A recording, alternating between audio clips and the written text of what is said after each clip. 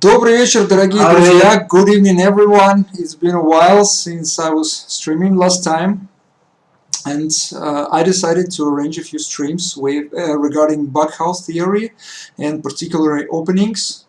And I wanted to discuss an opening e4-e5, which seems to be most normal opening for every chess player. But I remember when I was streaming with Chess Queen and played this opening, some person in chat wrote that e5 move for black is a critical mistake. So I decided to discuss this opening with much more competent player than myself. So it is tjarkvos, a very strong bughouse and crazy house player from Netherlands. Hi Tjark. Hey to you as well. Yeah, I think you are very rounded with 2500 in chess, in bughouse and in crazy house. Is it right? Well, in chess I'm rated 2200 FIDE, and in crazy house recently I've been able to keep the 2500. In bughouse right now I'm slightly under it. Okay, so what do you think about this opening in general? Well, in the meantime, I'm trying to fix a mistake that happened on my streaming program. For some reason, I'm not able to share my internet. Basically, I'm trying to share my screen on Chrome, but I'm not seeing anything. It's just black. Yeah, I had the same problem. I just changed it for screen demonstration. So I'm not capturing the window. I just show my entire screen right now. Oh. Oh no. What was your question again? So what do you think about this opening e4, e5 in general? I think it's complicated. I think it's good to play if you know what you're doing. I think it's very skillful. I think it's a line that rewards players for being better than their opponents. But I also think it's dangerous for people who don't know what they're doing. Yeah. And yeah, for my watchers, I think I'm just going to keep the stream just black like this, just the webcam. And the guy you're hearing, Tjarkvos, he is also streaming right now, and I am going to write this link in the chat. It's probably the most useful if you're watching his stream. So I have to mute you. So, sorry for that. So I'm sharing this. I'm going to watch with you on Discord. And yeah, my screen is today just fucked up, and I'll fix it for next stream. Okay, so did you manage to capture my screen in Discord?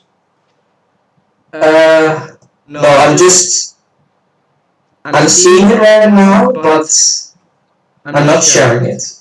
I'm just sharing my webcam, and that's it. Okay. So and I'm a bit I have a bit of a cold. I've run the nose a couple times. Yeah, nothing goes easy today. So it should be a very difficult stream, but we will manage to do it. I think most people have started with when they start to play bughouse, they started to play something like this, both for white and black. And yeah, I think most players play in the beginning play exactly what they play in normal chess as well. Yeah, and people realize quite quickly that one of the most dangerous thing on this level is sacrifice on f7. So I'm just showing some random line. So let's say king takes, and if pieces come quickly, white can be just winning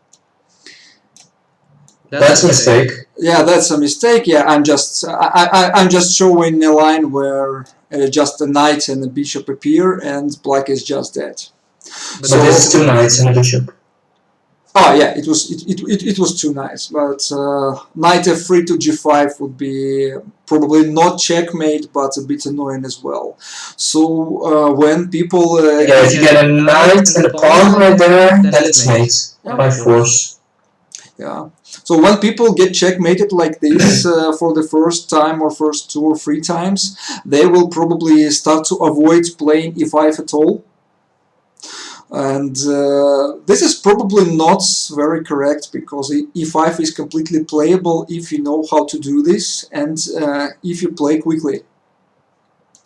So let's discuss. Well, if you play this specific line that you just showed, which one? Then it is clear that black has no idea how to defend and is really a beginner. And for the absolute beginners, I do recommend that you don't play e4-e5 with black, because it is complicated and it is skillful, and also it rewards knowledge, and you don't have that yet if you're just beginning.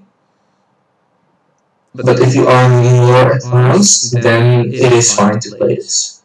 Well, I would consider myself a very beginner player of this line, because I usually don't play e5, so you can just explain everything from the scratch. So first of all, what do you think? What is better for white? Is it better to play knight c3 or knight f3? Knight c3 or knight f3? Yeah, just on the second move, e4, e5, and then so what should we do? Knight well, personally, what I often do is pre-move knight c3 and move 2, just to win half a second. But if I'm not pre-moving, then I am playing knight f3 followed by bishop c4. Is there any difference? Knight f3 is more offensive. Knight c3 is obviously a useful move, but it is a move that can wait. Okay, so but yeah, the benefit of knight c3 is that it is a good move against literally every legal move black has on move 1. So if we play something like e4, knight f6, then knight f3 is a mistake because you blunder pawn in e4. Okay, so if we pre-move a lot, so knight c3 is just safer. Yeah, but if you're talking about I don't know, 1700 level where pre-moving doesn't happen that much, then I don't see a reason to not play knight f3 moves. Okay, let's say we have played knight c3, so black is going, let's say, bishop to c5. That doesn't matter much. There's the option bishop c5, knight c6, knight f6. I do recommend if black answers with bishop c5, which you just played, then I recommend to not play knight f3 here, because then you are kind of allowing the danger of bishop takes f2, which is only working if black gets 2 knights and a pawn.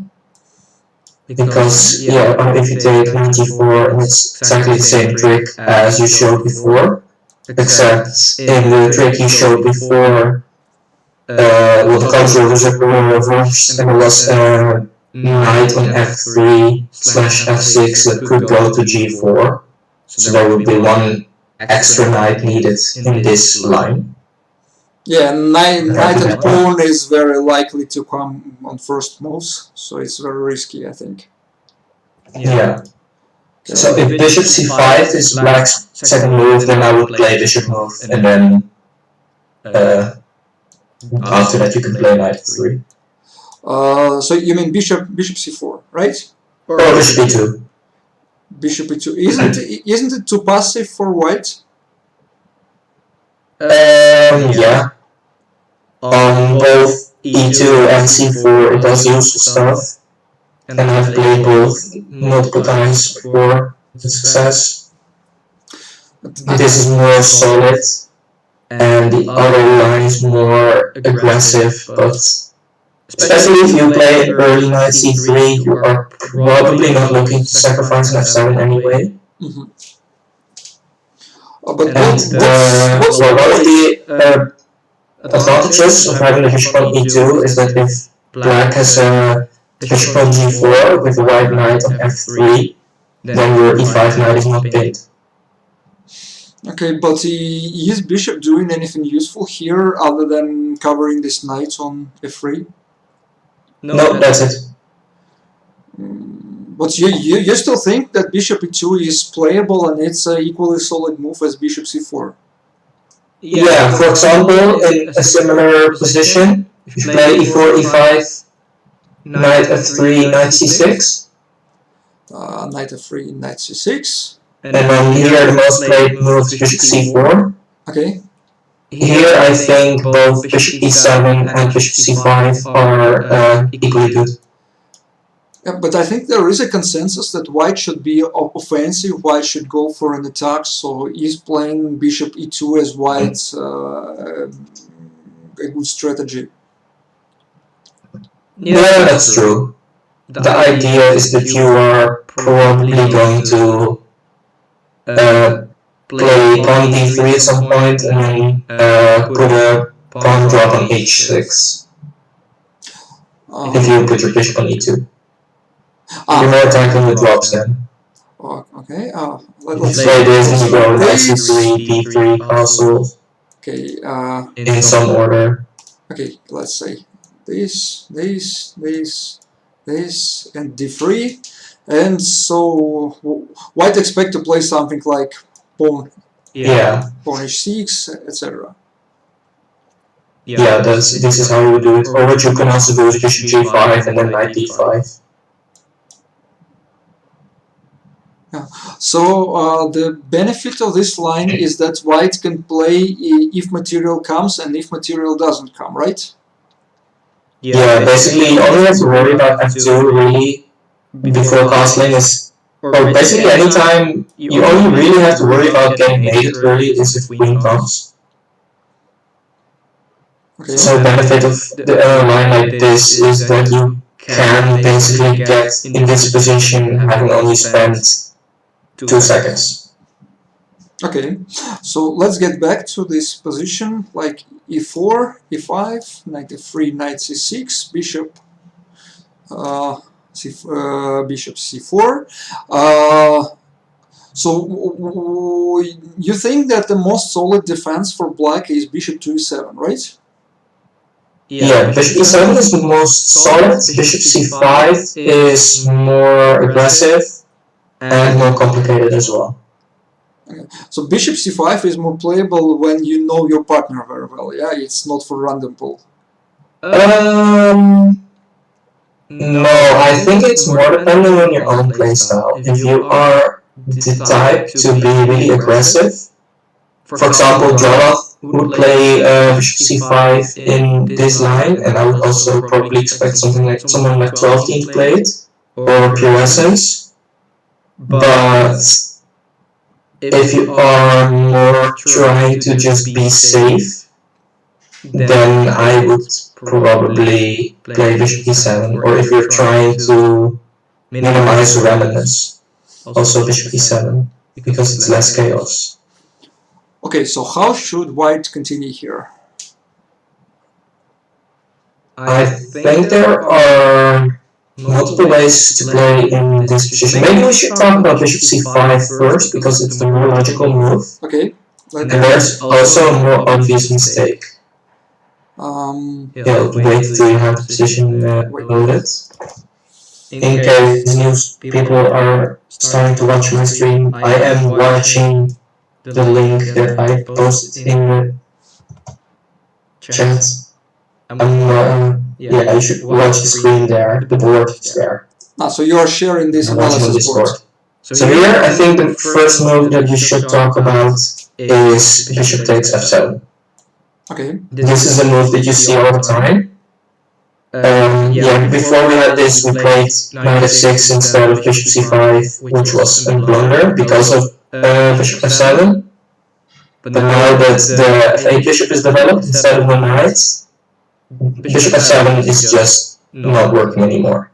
So here, we just take. black just takes back, and if you want to make this work, you basically need two knights on the spot, and if you have this position on the board, the game has probably been going on for 1 to 5 seconds. So it's very unlikely that you have either two knights or a knight and a queen. Because basically the only thing to make it work is a knight check with a knight drop on g5, and then the king moves and you put a new knight on f7. But you mean king goes to f8 and knight to f7? Yeah, two knights are quite unlikely to come in first 3 moves. Yeah. And if you don't get this, well, there is the option of going, instead of knight drop on g5, there's the option of going bishop d5. Bishop d5, okay. But yeah, first of all, this does rely on getting really early trades. And here I assume black would do something like pawn e6 or bishop e6. Bishop, yeah, there was a And bishop. then you can take the knight followed by taking e5 with check. But then you just win back the material that you lost, and you still don't really have any attack, and there's only one developed piece if you're white. Yeah, probably black are even more developed here, so there are two. Yeah, black's definitely more developed and safe, and I would definitely want to be black here. And also, if you have this position on the board, black will have more time for sure. So what if white plays something like d4? Wait, I will set the position again. So there was this, bishop c5, takes, and whites are waiting for pieces and playing something like d4 meantime. Yeah, you see this quite often. So to open up this bishop to at least be able to check on g5 at some point. Yeah, this is what a lot of inexperienced players are doing, or people who just really value initiative a lot. Here, yeah, you are sacrificing full piece to get a check, and I would personally take on d4 with the bishop. I don't take with the knight. You're really struggling with this board. Yeah, it is. I wouldn't take with the knight because the knight is defending the pawn d5. Yeah, it gives white some options that we don't. Yeah, and if you take on d4 with the e pawn, then you are blocking your bishop, and I think this bishop is actually pretty good on d4, also defending the e5 pawn another way. Yeah, it just makes no sense to take with e pawn, I think. Bishop on d4 is watching on f2, is defending e5, so it's probably the only move here. Yeah, here black is committed to playing knight g5. Okay, knight g5. I'm just like in the other position a couple minutes ago, I'm maneuvering king f8 right here, because if the king goes to e8, then white has the option of playing pawn f7, winning a piece. Yeah, no need to give this option, so yeah. King f8, and here, just like the position we had a little while ago, white needs either queen f7 or knight f7 to stay in the game. But now even if knight f7 comes, there's the option of queen f6. yeah. And now the rook on h8 can be captured because we made the one threat. And let's say white castles, and black can just take on f7 twice. And black has 3 pieces for queen, which is objectively awesome for black. Yeah, and there is still no way for white to continue unless a lot of stuff comes. Yeah, and in this line we have used one drop with white and no drops with black. White still has no pieces developed. Black will probably have one more drop in hand. Perhaps the only drop that both players have. And yeah, there's no danger. What are and black is raw material. What are the next moves for black here? So how will you solidify your position, or you should go for an attack here? So let's say you have 2 or 3 moves as black here. So what would you do? So we're saying that there are no pieces on the white side. I don't know. Maybe a few trades might come. So just to if I'm playing black, so what should I do here in this position? I would probably just remove knight f6 followed by d6, Knight f6, and then rook f8, king g8. Basically just castle like that. So you mean just get to some normal safe position and waiting for more stuff? Yeah, it does depend on how many pieces there are on the board, how many drops there are in hands. Huh. For some reason, I can't roll moves back. For some reason, but so I need to set up this position again and again every time. Okay, bishop c5, takes. Yeah, takes, yeah, so we had something like this. But even if we play that move, like queen takes g5 instead of king f8, even here, you can argue that black is doing well. But what is the way black are going to proceed? Because if you want to take f2 immediately, there is no attack for black here. Yeah, probably d6 or knight f6. Probably, yeah, I assume d6, knight f6 you probably take, and that gets a bit awkward. So you just develop normally here, and if any drops come, so should in general should black be attacking or defending here? That's always really hard to say because it depends on both boards. It depends on how many drops there are in hand. It depends on how much time there is on the clock. It's always a dynamic situation that has more factors than just disposition. Okay. Let's suppose there are nothing like trading the entire board on the second board, so trades just come slowly and steadily. Then I would probably start by playing safe, by getting the king back to the 8th rank. Okay. Well, not start. I would start with d6 and then probably knight e7, followed by developing moves like rook f8. Okay. And then I would try to attack. Okay, so the general point is that this early f7 sacrifice just doesn't work very well for white. If black starts bishop c5, if black plays bishop e7, then if black plays bishop e7 in this position, then it's taken f7. So, but what is the entire reason is that in this position, white can play d4. And both knight takes and pawn takes. Yeah, what if pawn takes? You take on d4? Knight takes, yeah? Yeah. And? Probably knight f6, knight c3. Yeah, okay. And it's also possible to play knight c3 on move 4, then knight f6, and then you get into the same position after taking f7. So I mean, like a couple moves to go before you take on f7, or right after that, you can also play knight c3 there, but it doesn't really change anything because you still get this position. Okay, so do you think this position is better for white than the previous one? Yeah, so much better. This position I would play with both colors, but the other position I would only play with black. Okay, so what's the plan here?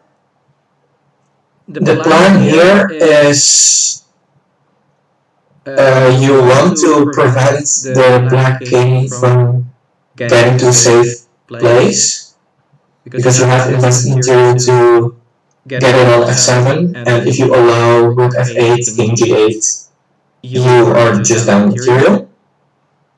And the way to prevent that is probably pawn h6 at some point.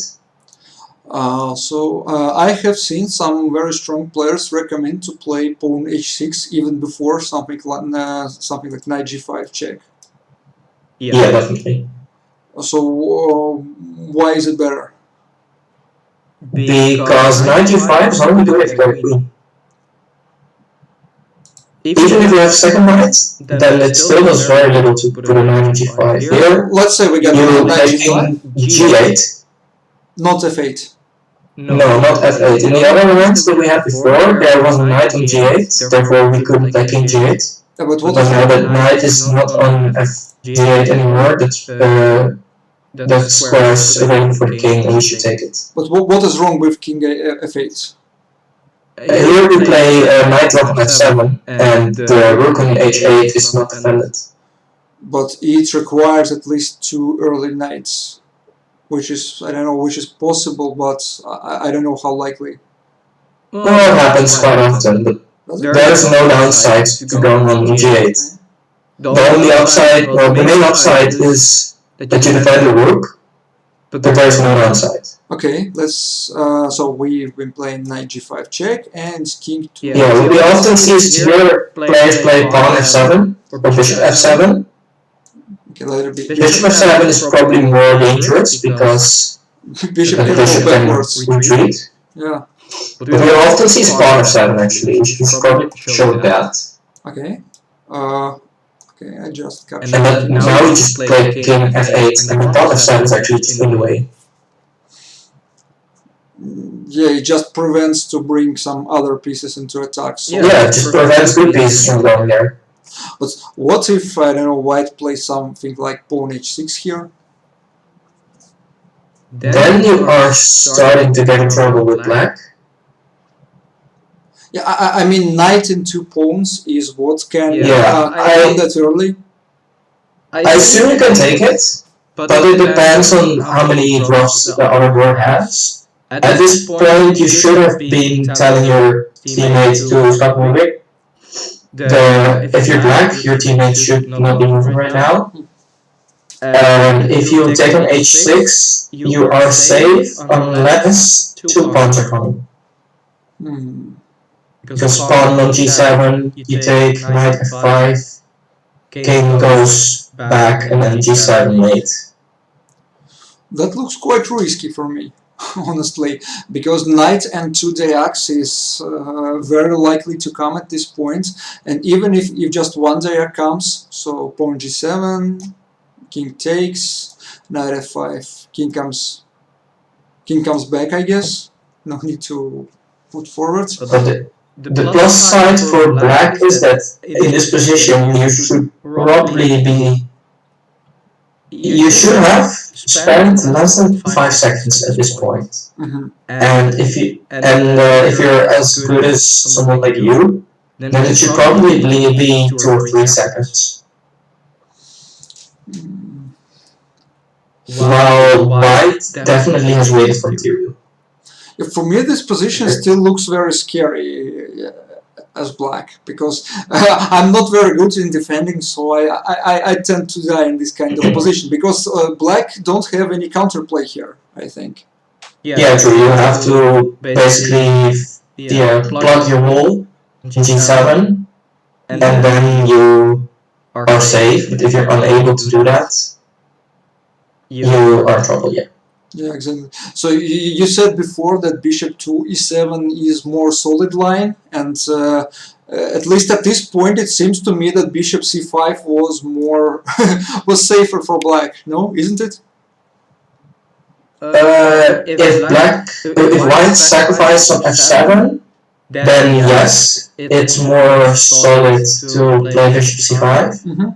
If white doesn't take on f7, then it's more solid to play bishop e7. Okay, so if you know that your opponent is very aggressive with something like pure essence or something like this, so you probably play a safer line, yeah. If you know it's someone who prefers to defend and play slowly, you can go something like bishop e7. That's the point. I think what you should probably do is play both and just figure out what works better for you. And then maybe if you can go a little beyond that, is figure out what works better for you against specific people. Yeah, that makes sense. So what if whites don't sacrifice that early? let's set up this position again, and so we go knight c6, bishop c4, bishop So if c5. you don't do that, then it's usually the plan to play moves like knight c3, castle d3, bishop g5. I have seen a lot of This people is still standard Italian moves. I have seen a lot of people, like for example Nochu Candy, always playing d4 even with no intention to sacrifice on f7 just to get his dark square bishop into the game. In my opinion, it's not wise to do this because it's a pawn for tempo, and it's also true that there has not been a single trade yet. And if there is not one trade and you sacrifice a pawn, then it's much more of a difference, that pawn, than if you trade, for example, 5 pieces and you lose a pawn. Yeah, that makes sense. So, I don't think it's worth it to sacrifice that pawn. I think it's a bit of a selfish line if you're doing that with white. I You could also say you're white, you already have a pretty good position. Your teammate in black has not much of a good position, and then you give him an extra problem by just giving away a free pawn. Okay, I have played this position against some players who pre-move a lot, like Turtle Duck and some other people, and the advantage of d4 is if black continue to pre-move, you just grab something like free bishop. Yeah, true. So against pre-moving people it might work. On this move, or maybe some earlier or later move, just some unexpected d4 when people pre-move might win you a piece. Yeah, I've done that pre-move blunder probably 2 days ago, maybe 3. Okay. I've done it recently. Okay, so let's say white proceed slowly with like knight c3. Yeah, when knight c3, now here black playing knight f6. Yeah, and then either castle d3 or castle here, because there's not really a reason to allow takes f2 there, just in case a lot of material does come. Isn't here something like knight f4 a bit annoying? I don't see a threat. You can either go d3 or d4 here, or if you have a drop, you can play. You can drop an e3 or g3 pawn.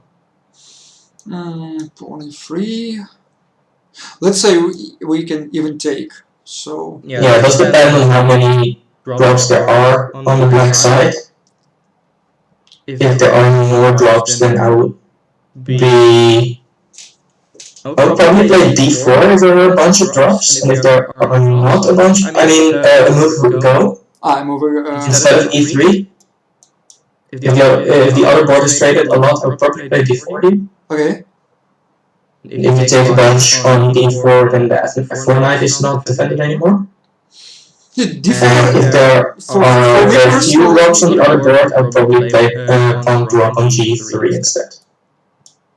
Okay, for me the move d4 looks quite better because e3 looks very passive. So white commits to just defend here. And yeah, here you force black to take a g2, and after you take it back, then probably pawn drop on g4. This bishop is stuck forever here. I don't know how he... Well, you're playing d4 at some point if you're white. Well, maybe, but it still takes a very long time until this bishop can get into the game, I think. Yeah, true. So... Unless black takes it in d4. Yeah. So, do you think that castling is this early is good? Oops. Yes. So, instead of d3... Yeah, imagine we play d3, d6. Yeah, d3 looks quite versatile to me because you can castle or you can avoid castling if you want. But yeah, true. Let's say we play d3 and then d6. Okay. What's what is going on? Well, yeah. Okay, d6. How can you improve your position now? Question for both players.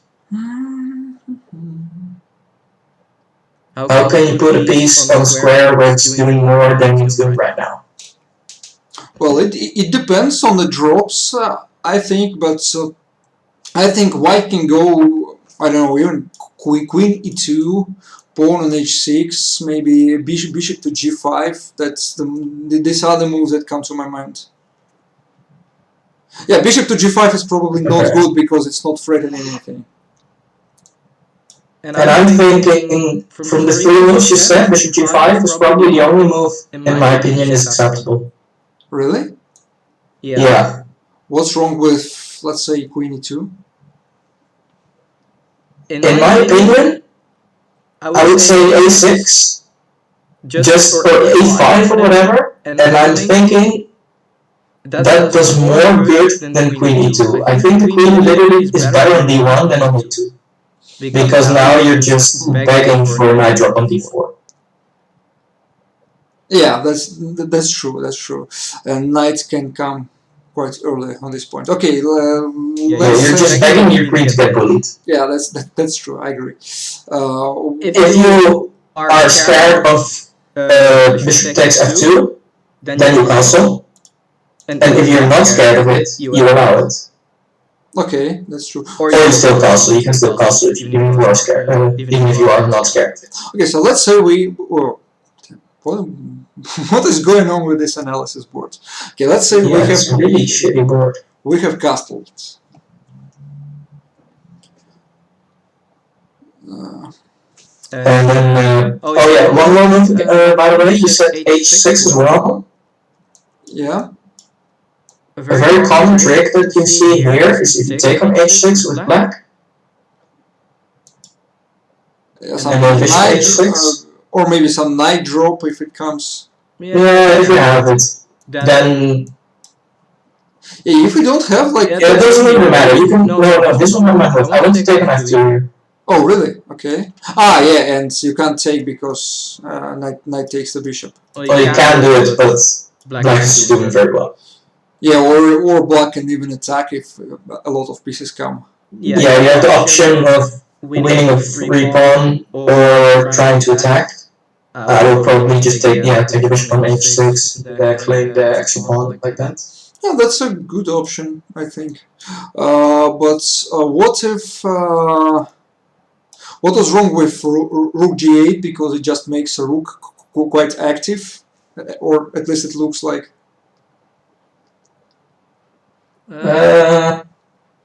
It's not necessarily bad. It does look like it's a useful move. You could argue that if you're going knight g7 now, assuming we have that knight, that the g8 square is not available for the king anymore. That's the point. Yeah. So we have to go. You're basically forced. No, you're forced to take g7. Or yeah. If you're playing king g7, then you're really begging to get mated. Yeah, but is it really that scary? Because I don't see the continuation right now. Well, you can first of all take an f7. Oh yeah. And there's also the option of going pawn drop on e6. Come on. Goodness, what's wrong with this board? Yeah, take another. Yeah, I take my words back. Taking on going to d7 was not the best idea. Yeah, the rook for knight is pretty much just an equal trade. Yeah, it's an equal trade, and yeah, that's my problem. I always play too greedy, and I try to prevent giving some material early on, and then I just end up losing a lot more material because I was greedy before. What I not exactly like about this position is that white allow black to get some counterplay and to get more initiative. At some point, damn.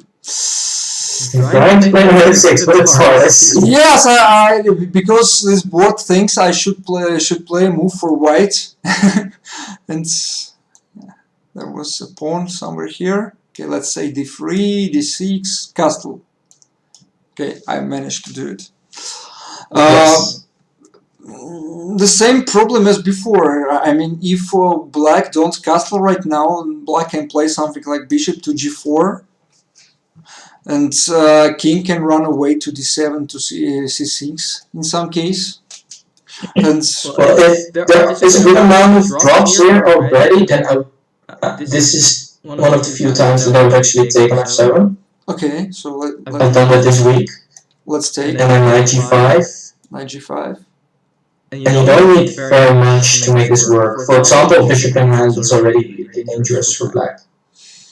I think here I would go to f8, yeah. Let's go to f8. But if you go to f8, then you get some problems with knight drop on e6.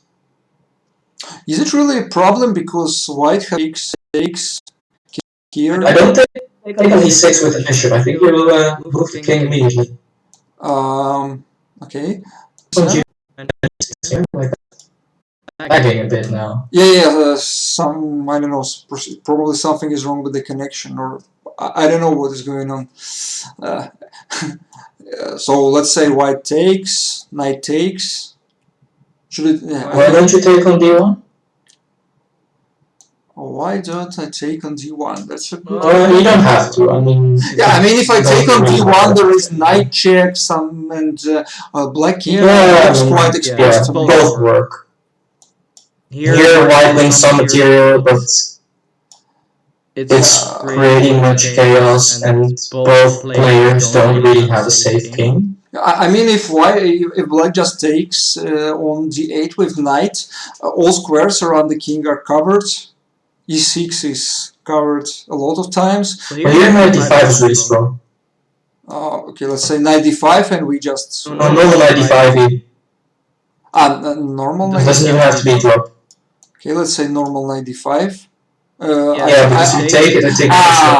Yeah. Here I take a knight with check. Takes and then the bishop is not defended. And take, yeah, that's a problem.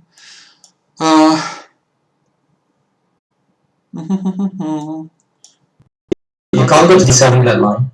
Here it does matter. Because it really depends on where the black king goes after knight g5 what white wants. If the king goes to f8, you want the knight early. If the king goes to g8, you want the early bishop. And if the king goes to e8, you also want an early bishop. Basically, early bishop for the light squares and early knight for the dark square. So, in general, you think that this position is favoring white? Yeah, I think in this line, black has played, or both players have played enough moves that enough drops will come to justify the sacrifice on f7. Usually. Doesn't always work out, but more often than not, I think it will. Okay, so if black wants to go aggressive with bishop g4, we just want to punish them back. Yeah, I think it's too dangerous for players to play d3, bishop g5 before castling. Or d6, bishop g4 if you're black. So yeah, with the same point, here it's the same idea. Yeah, etc. Okay. And if you play, you can play this, and I'll show you another line, knight g4. There's also a line going pawn drop on h3, by the way, which is really dangerous. Okay. So what should we do here as white? Maybe rook g1, maybe queen f1. Yeah, I like queen f1 actually. That leaves the king with an option to escape. But the other pieces are, yeah. I do like queen f1 the most as well. But if there are enough drops, I would play this with black. If there aren't that many, I would play knight g4 instead of h3. I think I have seen this position played by Clocking Switcher, who is a very strong player, and I just remember that he played something like queen f1 or queen f8 for black in similar position. Yeah. Now you have cleared the queen side for the king. And if you show knight g4, queen e1 with the queen still on d1 and the pawn on h3 off the board. Yeah, so, okay. Oh yeah, sorry, and then queen on d1. And then here either king e1 or king g1, you have the option as black to take on g5. Wait. Goodness. So we have taken on g5. Yeah, and then imagine white takes it back. And then we play bishop e3. Oh, bishop e3. Okay, we move away. Just you can either take on g5, or if you have a knight, you can even take on h2. Oh, that's a nice one. Yeah, because you can't recapture. Oh, this analysis boards, goodness. Yeah, so shit. But we have nothing better, unfortunately. And for me, it wasn't even working. I would have done it without the drops. But it's slightly better than the alternative. Okay. And one of the reasons I'm not showing this is because this specific board is only available for, at least we think it's only available for people who pay. And yeah, he has a premium or diamond account or whatever it's called for a couple weeks left, and I don't. The only upside of being kind of master would be, that upgrade in just.com account. Yeah, I have sent my documents that I was candidate master like 20 years ago, but unfortunately my title expired a long time. Really? Yeah, because it lasts for 1 year or for 2 years, I don't remember exactly, and definitely not for 20 years.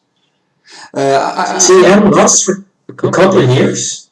Yeah, I got my candidate master in the year 2000. That's so weird. I have a friend who is pretty much always around 2100, and he got to 2200, which is the limit for candidate master, by the way, for chat. Yeah, he got to 2200, but a long time ago, it was when candidate master didn't even exist yet. And then at some point, FIDE announced that they were going to have the title candidate master be a thing. So when it was a thing officially, he applied and he got it. And as far as I know, like anyone else, he will have it for life. No, well, at least probably it works so with some international titles like International Master or Grandmaster that are granted for life, but I'm pretty sure that Candidate Master is not granted for life in Russia. So you have to confirm it like every year, or maybe 2 years. I'm not sure here. Here it would be useful because what people do in the Netherlands actually. Some people prank their friends by applying for CM, pretending to be their friend, and then they laugh at them from now you're a CM, now you're a loser.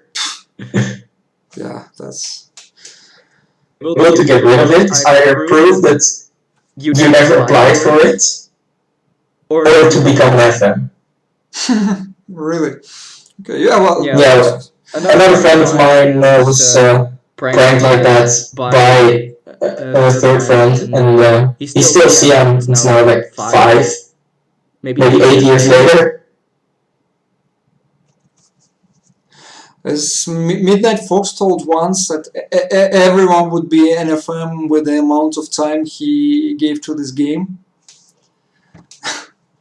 Well, Midnight Fox is very strong bughouse player. Yeah, I really like his style. But okay, let's get back to the opening, I think, because we can talk about different things for a long time. So let's say we have castles, and let's say black has castles. So we have absolutely symmetrical position here. So, and this position, by the way, is also possible if you have the c5 bishop on e7, or the c4 bishop on e2. In all cases, I think it's probably better to have e2 or e7. Because that's more solid. Yeah, because you are definitely not going to sign on f7 anytime soon.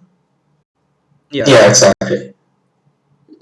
And it's more useful to have it controlling the g5 or g4 square bit or the f3, f6 square. Yeah, what you see often, let's put them back on c4 and c5. What you see most often is bishop g5. Okay, bishop, let's say bishop g5. And yeah, here probably bishop g4 is the most played. What would you play here? I'm always confused in that type of position, to be honest. You're always confused, you say? Yeah, because I know some very aggressive players. I don't even 1800 or 1900 rated who just destroy me in this position. Because I play something very passive here. Yeah, because knight to d5 doesn't look very good because black have an option of just taking this knight. Takes, knight f4, and black seem to have very good compensation for this queen. Yeah, pawn drop in e2, pawn drop in h3, taking d8, they're all good threats. Yeah, so and I would definitely take black here indeed. Yeah, probably that's not the way white should play here. Yeah, it's really hard to find a good move here. Maybe h3 is the way to go, but I think one of the problems with this position is that determining what is the right move really depends on what's happening on the other board.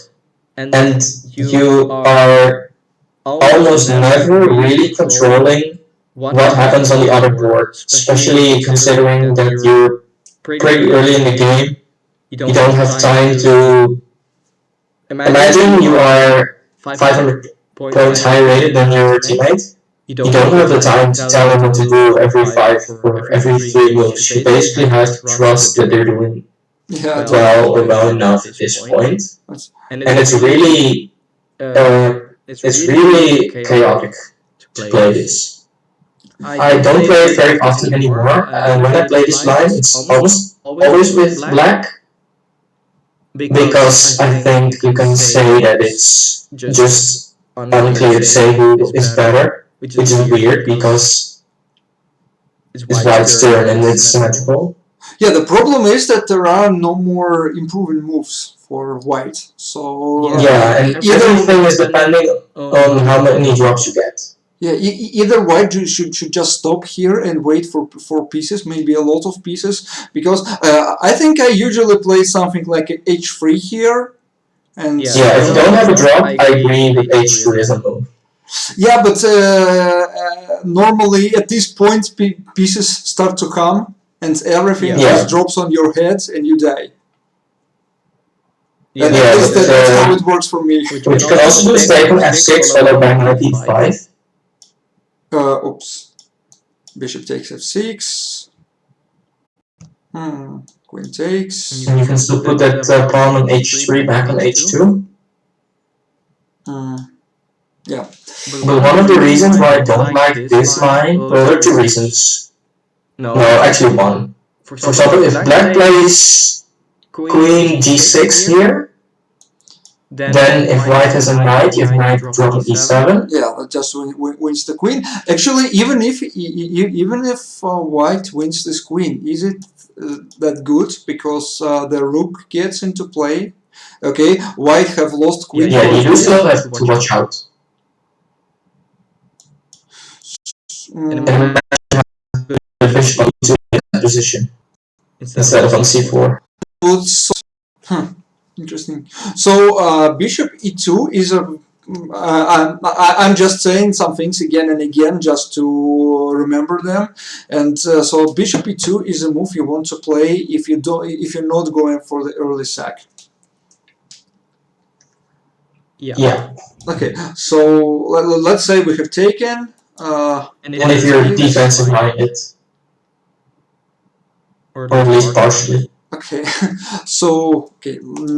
So you have 95. Like, come on.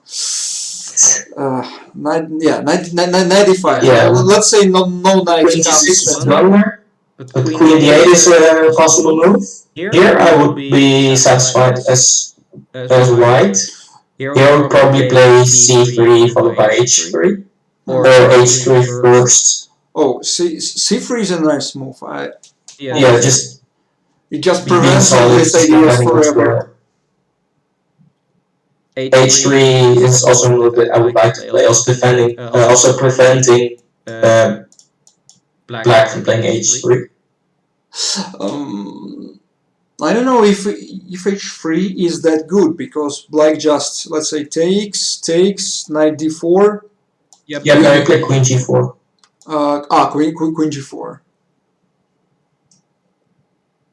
Yeah, that's true, because black couldn't go to g5 before because there was knight there. Yeah, now now white's position is preferable, I think. Yeah, now you're threatening pawn e7, you're threatening bishop f6. Everything. You have knight plus rook, there's knight h6, rook g8, and 8. Bishop e7 can be moved, bishop g5 is strong. Honestly, I don't like this. There are a lot of ideas. I don't like the whole idea for black with this trade on f6. Let me set up the position again. Here, castle, let's say here. Takes f6. Yeah, played. Takes it, yeah. Isn't there anything better for black rather than retreating? Because black just lost two moves here, bring this knight on active square, so you can't afford to waste so much time as black, I think. The most ambitious move is queen f3. Queen takes f3. Yeah.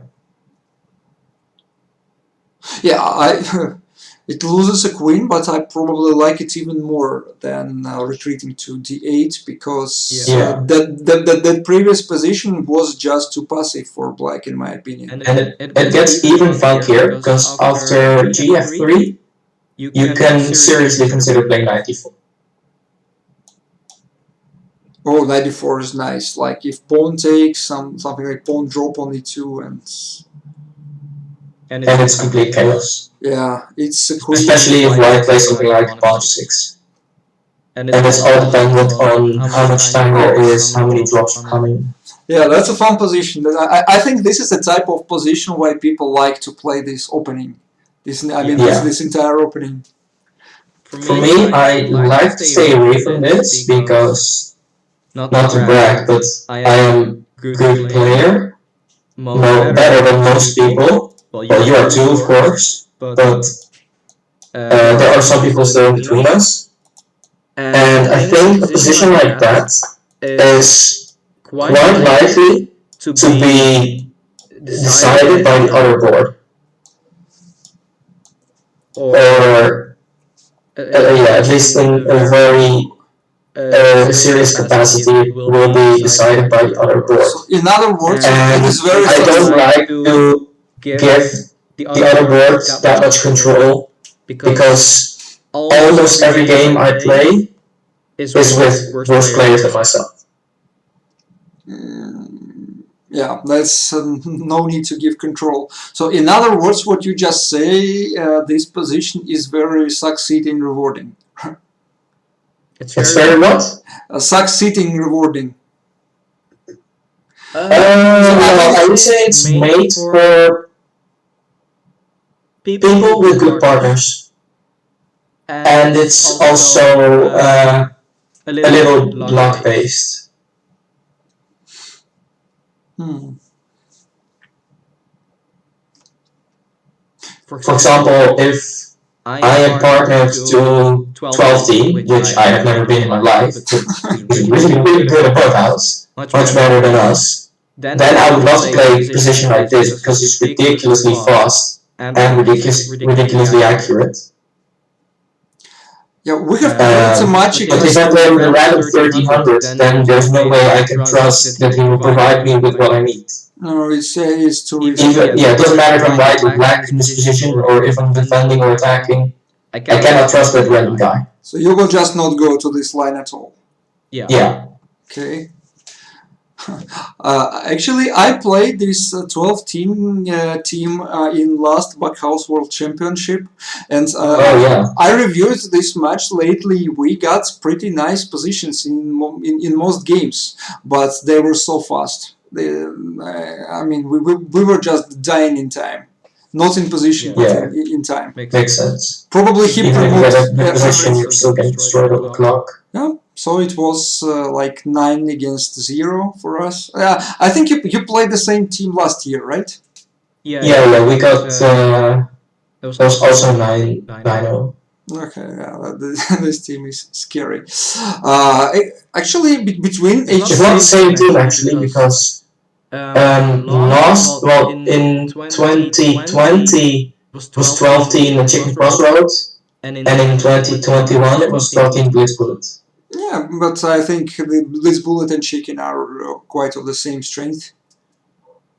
So probably I'm not sure. Chicken really seemed to have fallen off a cliff a bit in the last 6 months. He's playing a lot of random pool. He's playing with Miss Jenny a lot, so he loses a lot of rating, I think. Yeah, that's not even a bad thing. Yeah, that's a lot of fun. It's really hard. I mean, I've seen Chicken destroy players like Bughouse Knight, who are insane, and I've even seen him outplay the world's best players. I don't know, maybe it's just a case of bad form that he had or has. But yeah, he is definitely still great. Yeah, he definitely is. So let's get back to this position. So I think between these two moves, h3 and bishop takes f6, I personally like bishop takes f6 more because because I don't like the position that black gets. h3 is maybe a bit chessy. Yeah, I have 3 alternatives for this position. Okay. Let's start with putting the bishops on c1 and c8. And this is one of the most common attacking ideas in this line, and it's on h6. How would you play? How would you defend it right here? Oh, I would probably play knight to g4. No. I would first take here, and then knight to g4. Yeah, now you're doing it right. This is exactly how you do it. If there are almost no drops, you can consider playing g7 and then retreating that king as soon as possible. But in general, this is the way to do it. If you the way you showed first time. Yeah, let's get the pieces back. Attacking that knight in h6 is huge. And you're only in trouble if the queen comes. But if you do something else and the queen comes, then you're still in a lot of trouble. So yeah, definitely agreeing with this line. Yeah, there is of course no point. It's also dangerous for you. No points, because if black just retake with queen, black is completely safe here. And queen is a great defender. Queen is great defender, and they got rid of this dangerous dark squared bishop. So yeah, if you have that position on the board, you should probably just play bishop g5. You mean just put the bishop back? And well, I assume that black also had a pawn. So probably just drop an f6. Which is just a playable position for both players still. Yeah, this is... So we will. I think we will not go into deeper details in this this exact position. So what would you in general say regarding white's plan here and black's plan here? Well, black's plan is probably a pawn drop on e3, and white's plan is trying to get queen g7 on the board, I guess, but yeah, queen it's harder to do. No, not this queen. Yeah, it's honestly I don't see the way to proceed here further as white. Yeah, you can do knight h6, but it doesn't really get you anywhere. Okay. Bishop h4, bishop d2, but none of it is really good. So was this whole idea with pawn on h6 good at all? I don't think it is, but I have an alternative line where the idea works better, and that is if you play bishop g5 right now, and then pawn h3. What's the difference? There's no knight g5. Oh, there's no knight g5. Yeah, that's... This I do like for black. I don't really know how I would play it with white. I assume, well, I'm always taking this pawn h3. Okay. g3 or rook e1, whatever, or bishop h1 is never a good idea. You always have to take an h3 there. And now you try to get rid of that h3 bishop as soon as possible. Yeah, but it's not very easy to get rid of this bishop, I think. Yeah. You could make a case for maybe knight e2 or something. Maybe knight d. No, yeah, but knight e2. You could play g2, but it does have some downsides. But I really would like to be black here. I think I would like the same. So let's get back. And so in general, if we see that there are trades starting to come from the second board right now, and we are expecting some pawn trades or some bishop maybe on h3, yeah, we just don't play bishop g5. Yeah, I wouldn't play it. I usually play knight d5 here. Knight d5? Yeah. What's the point of knight d5? Well, it doesn't lose to h3. It doesn't get in total chaos. And it basically allows me to keep the position pretty calm and control it. And I also play it because it's not as theoretical. People don't really know what to do here. Yeah, this is how I play to avoid the complete chaos. Actually, I like knight d5. Yeah, it's an improving move, and you don't have any. Yeah, it's an improving move without creating weakness. Yeah, I like knight d5 actually. For example, bishop g5 improves your position arguably too, but it does create a serious weakness by allowing h3. Yes, exactly. So you should be very careful with this position. I need to remember it somehow. And if you play knight d5, I usually follow it up with c3. Okay. Do you have anything else regarding this position? Maybe some ideas here, because I want to discuss some ideas with bishop staying on. You could also play knight g5. In Crazy House, it's a normal move. Okay, knight g5. But in bughouse, I don't like it. I don't see the point of knight g5. Yeah, in bughouse I assume bishop g4. Yeah, bishop g4 and whoa. And you're almost forced to take on g4. I mean, knight g5 was not improving anything. Yeah, it's very. Well, it's not even a threat really to take on g7. Because then you play a6 if you're black and say, alright, you just play a bad move, play another bad move. Okay, takes, and bishop still c8. Yeah, bishop still covers c6 and it's still c8. Still what? Yeah, you could, if you play a6 and say your move is terrible, play another terrible move. Yeah. then your bishop still c8. Oh, you mean like this? Yeah, that's true. And whites don't have anything unless the entire board comes. Yeah.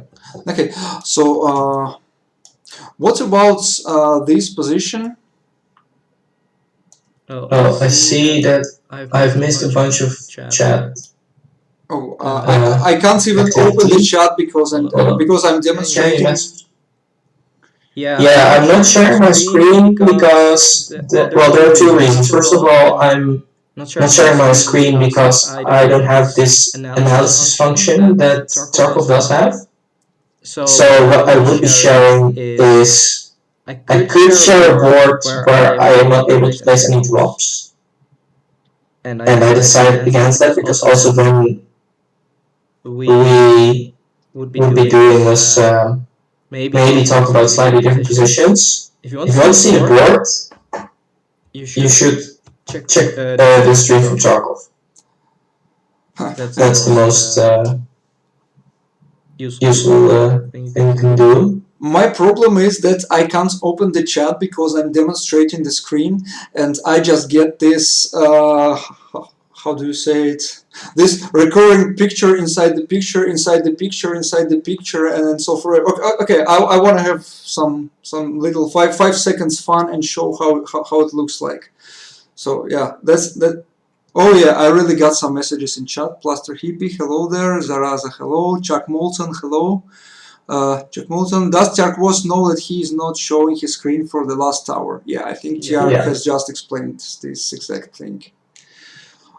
So I'm getting back to the board. Avoid this. For next time I will have a screen to share, but this time it's no problem. I had the same problem, so I don't know. Probably it's something. Again, it's me with you and Twitch. What about bishop? Oh no, it's my own screen now. Where it's echoed, but sorry. Yeah. What about the position where bishop is on e7? Then it's less theoretical. I need to put Most of the ideas are still there. There's still the idea of h6 or h3, but after castling, of course. Because if you do it before castling, you just take it and or you play rook g1. There's not really an attack.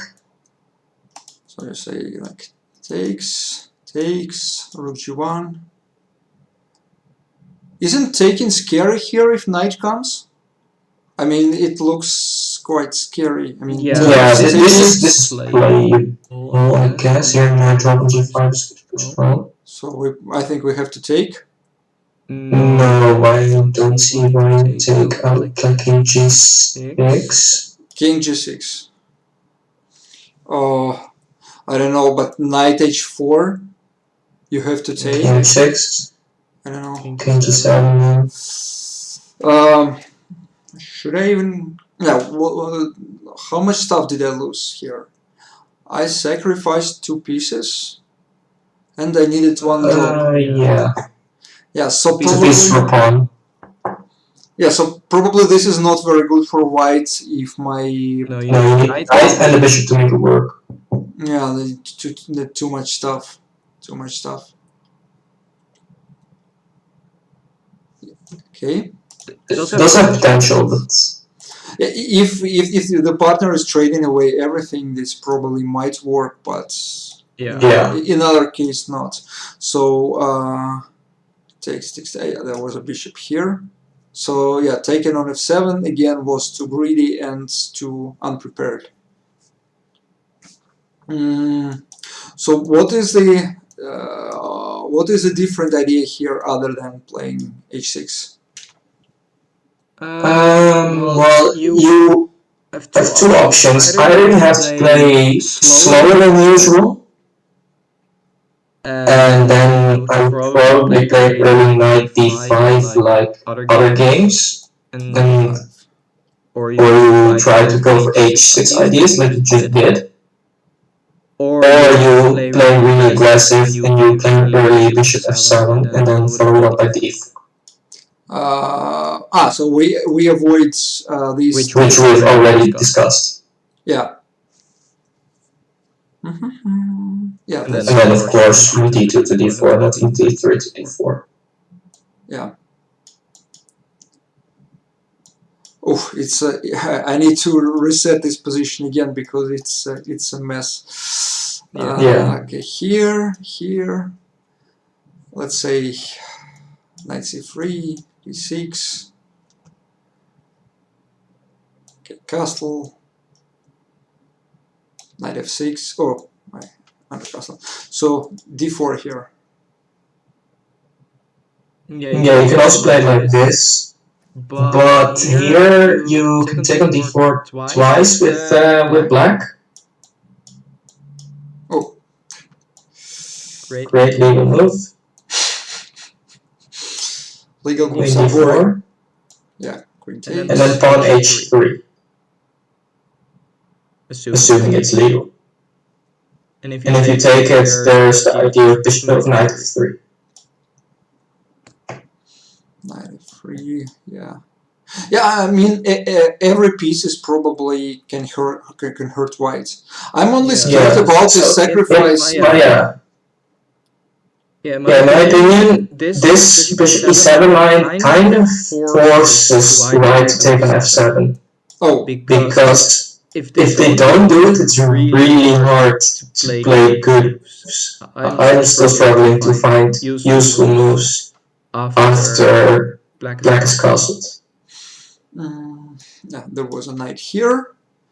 So you think that the only playable move here is bishop takes f7 actually? I think it's the best move. It's not the only playable move, but I think it's the best move, yeah. Okay. But is this still right? We have played...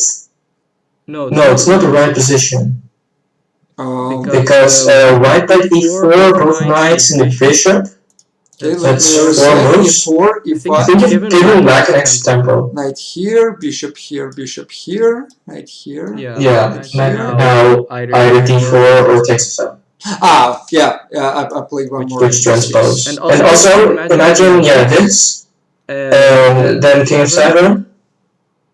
And like I've said before, knight g5 is a mistake now. Knight g5 is only good if you have queen hand. But what's the difference comparing to the position we have examined before with without these knights? It's pretty much the same because those moves will still be played. Okay. Except now there is no bishop takes g5, but it doesn't matter. In fact, we might have literally had the exact same position already. But if you play knight g5 now, then there's king g8. Yeah, king g8. And if knight drop on f7 comes, then queen f8, and I'm taking black all day, every day.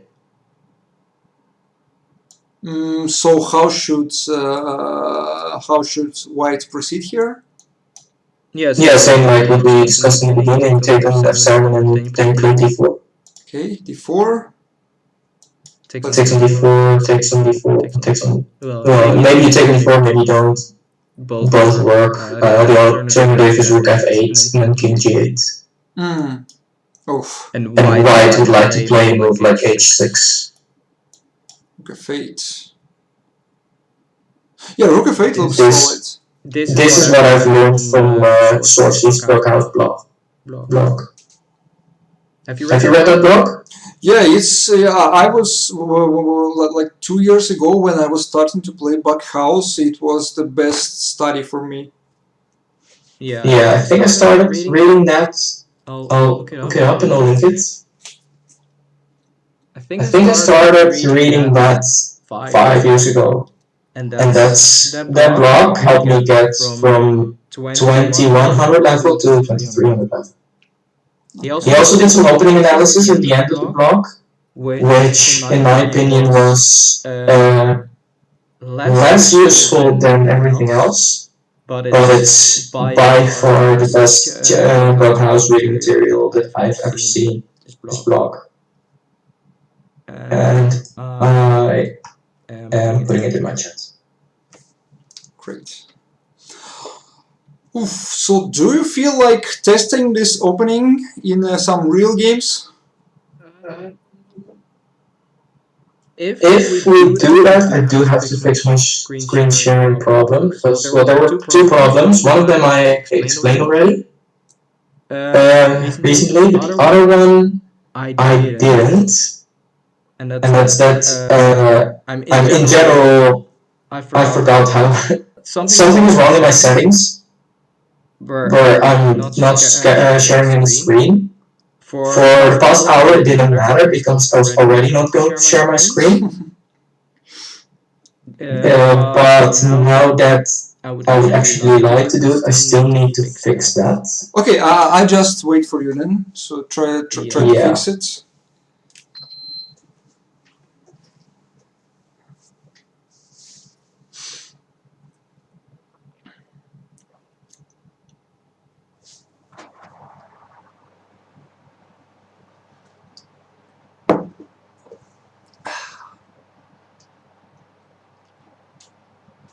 If it doesn't work, then I'll probably call it a day, because I do have some chess preparation I want to do before tomorrow anyway. Otherwise, we'll play a couple games. Let's see, where's the...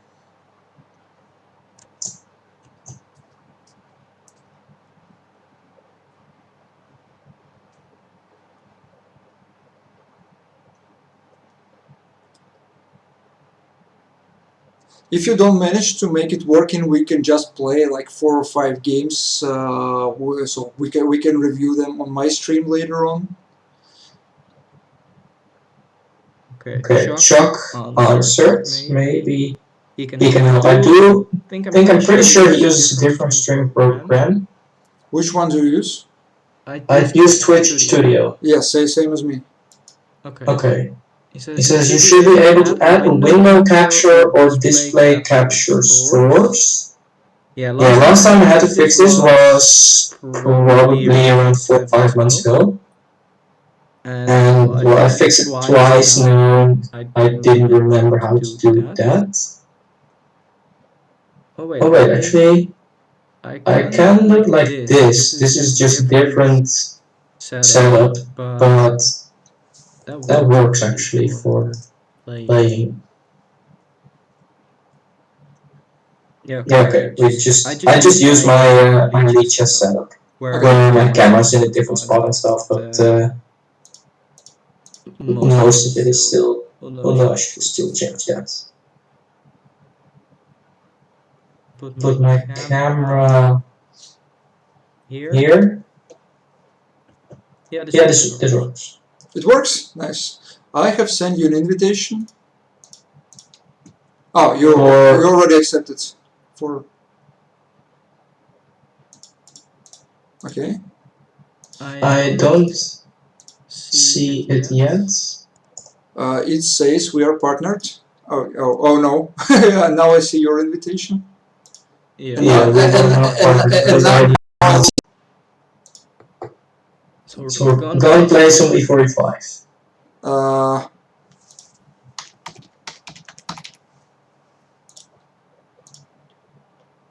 Says can't. Oh, okay. I need to log. No, I can't do this. Okay,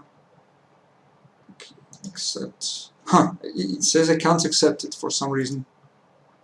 It says I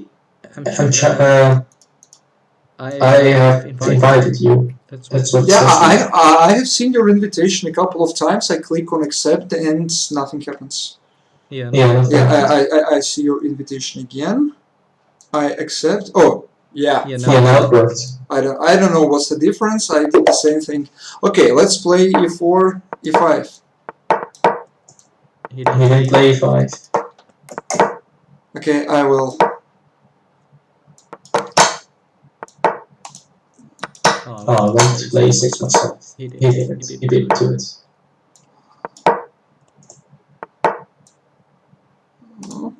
Knight h6 for that. I see you are in a bit of a pickle.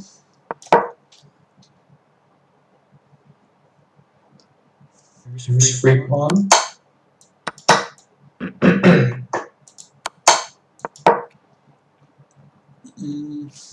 Okay, I'm very focused on my own board, so just I'm not watching you at all. So just yeah, you can take a bishop, and then yeah, you can do whatever you want basically.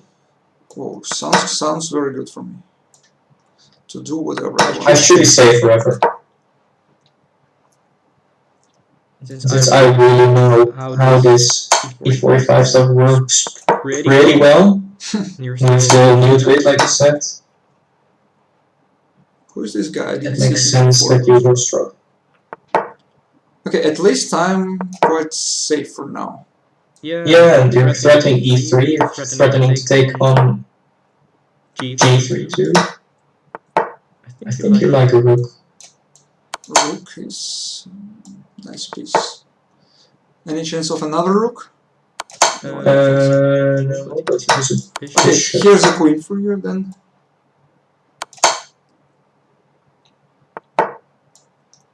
Bishop g1? Bishop e1 actually. No, bishop g1 covers this h2. I like it. Yeah, before it was check, and then it was back. True. Now it's not check anymore. A knight might be very good. Alright. I went all in for that knight, but sure. Oh, sorry. Goodness, what should I do here? That's probably not a move, but if I get a knight, it's also good. Knight is no. I don't think I can do that. Yeah. Ooh, I have to watch out now. But I think I'm pretty safe. I am covering most of these squares. No rook then. Okay, now I'm not safe anymore. No bishop. I'm dead, sorry. I'll try to pull a Houdini.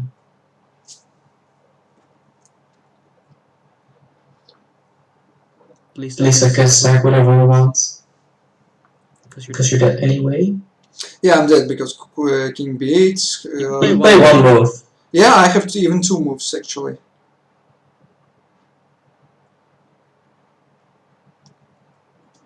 You should play your first move. Okay. No, actually it was just one move. But True. This might be a draw actually. Knight f8. Okay, I'm going for it. Oh no. This is working. How can I make this work? Don't see it. Okay, this is lucky. Oh, nice. Oh no, it wasn't lucky. It was actually forced mate. King h7 was also mating. Then queen h6. Shall we take a look at your game? Yes, let's try. Okay, I'm white now. I'm going. No, this guy ruins everything and plays some different opening.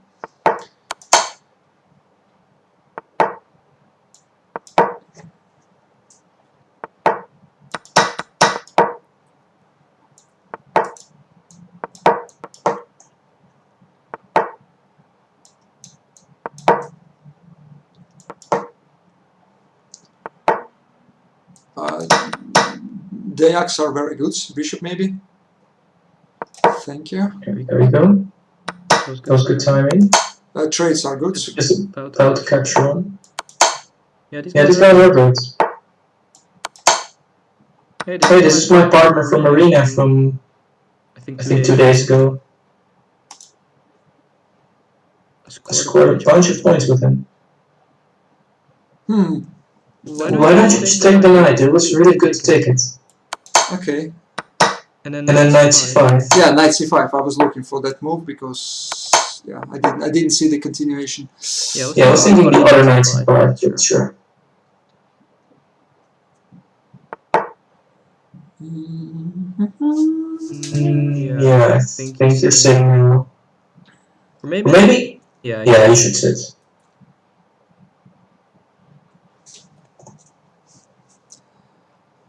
He He wasn't nice enough to take there.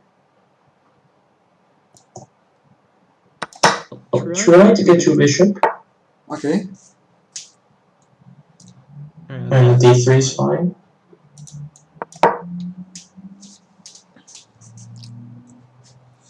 About a week ago, most of the most popular VPN services were blocked in Russia, so I couldn't play bughouse at all, and I'm a bit out of form. Oh yeah, that makes sense. You can take that, and then king f1. Okay. Now he sits because now f7, king h7 might drop on G5. g5.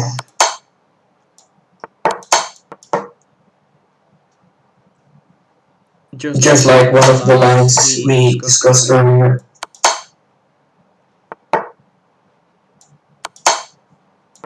Except now you're actually attacking. Yeah, it's mate. It's actually mate. Yeah.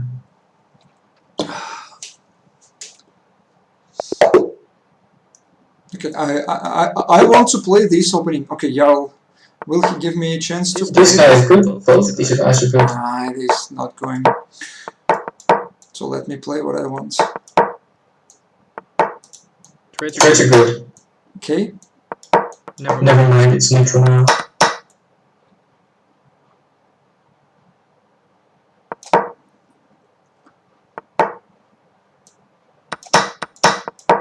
Oops, blundered. That's okay. I'm playing like shit. Don't worry.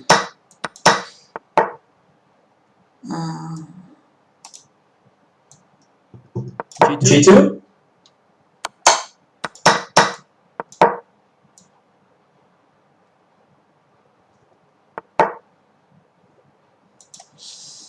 My opponent's been really defensive. I don't know why. He could have just killed me. I have no idea. But he's just not attacking at all. Try to counter because massive trades are coming. Yeah, I am. Okay. Or at least I'm trying.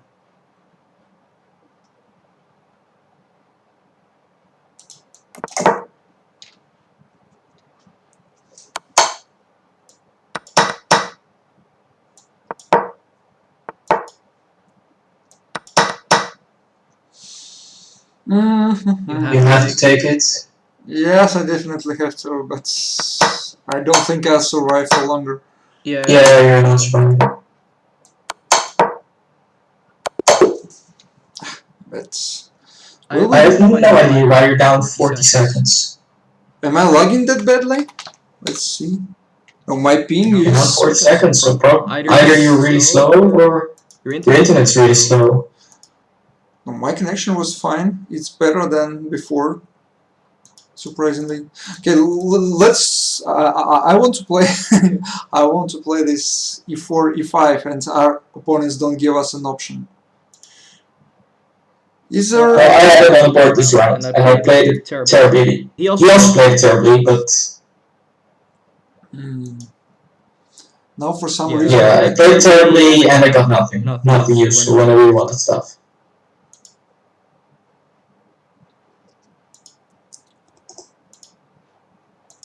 So yeah, I'm not satisfied with my speed, not satisfied with my move quality, and not satisfied because I got nothing when I wanted stuff. Well, sometimes it happens. Sometimes I'm trading a lot. Sometimes I'm trading nothing. So I. Yeah.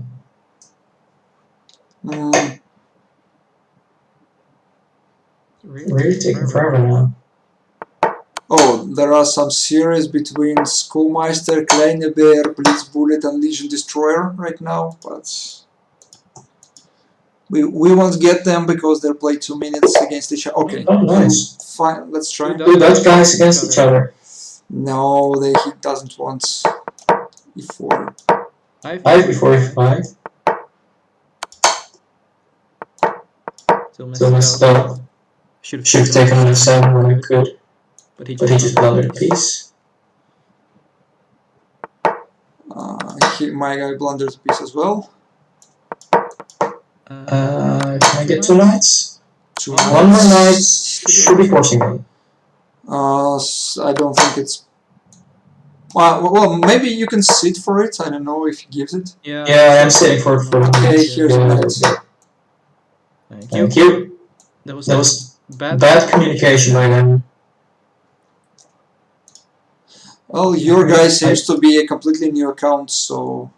Yeah, but he's not a bad player. This made no... Think a little. I'll just do this anyway. Okay, I'll try to feed. This is now waiting. Yeah. Nice. Can we get an e4-e5 game, please? Yes. Yes.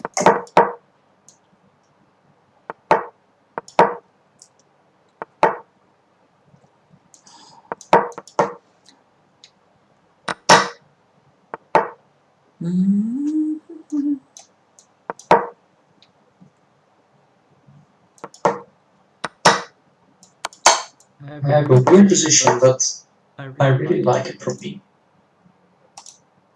I think I just want a full rook.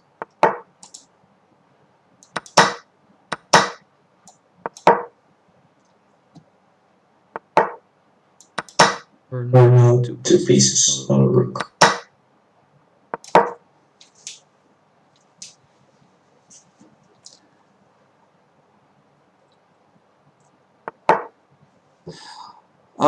Actually, let's take a look on this game. Knights. Oh, knights. Sorry.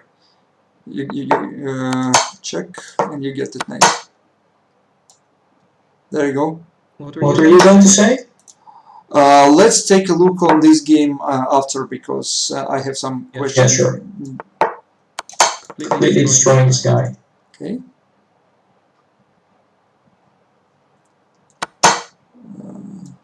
My bishop is defending and attacking everything at the same time. Knight 2. King of 8, yeah.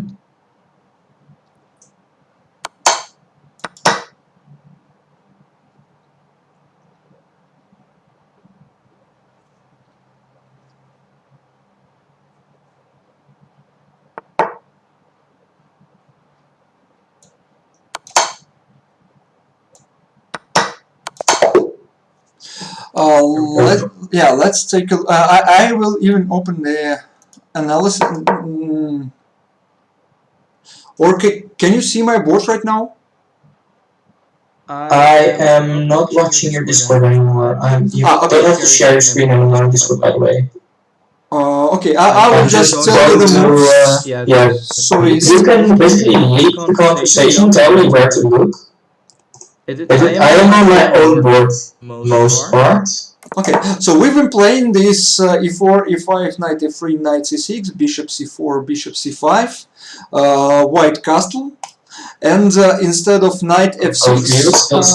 I'll go to your game actually, that's probably better. Okay, so instead of playing knight f6 or something, I go d6. Is it actually correct here? Hold on.